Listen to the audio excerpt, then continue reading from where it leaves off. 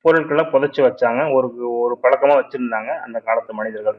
அப்படி அவங்க பூமிக்கு அடியில புதைச்சு வச்சத மறந்துட்டாலோ, அப்படி இல்லைன்னா புதைச்சு வச்சவங்க யாரிடையுமே சொல்லாம இறந்து போயிட்டாங்கனாலோ, அந்த பொருள் பூமிக்குள்ளேயே அப்படியே கிடக்கும்.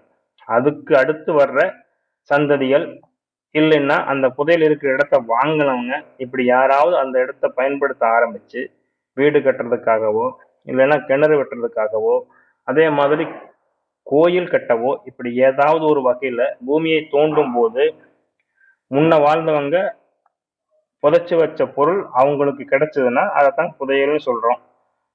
மிக பெரும்பான்மையா பார்த்தோம்னா, தங்கமா இருந்தா மட்டும்தான் அந்த புதையல் இருந்தா கிடைச்சதுன்னா உபயோகப்படுத்தும்படியா இருக்கும். மத்த பொருட்கள் எல்லாம் புதைச்சு வைக்கிறது இல்ல.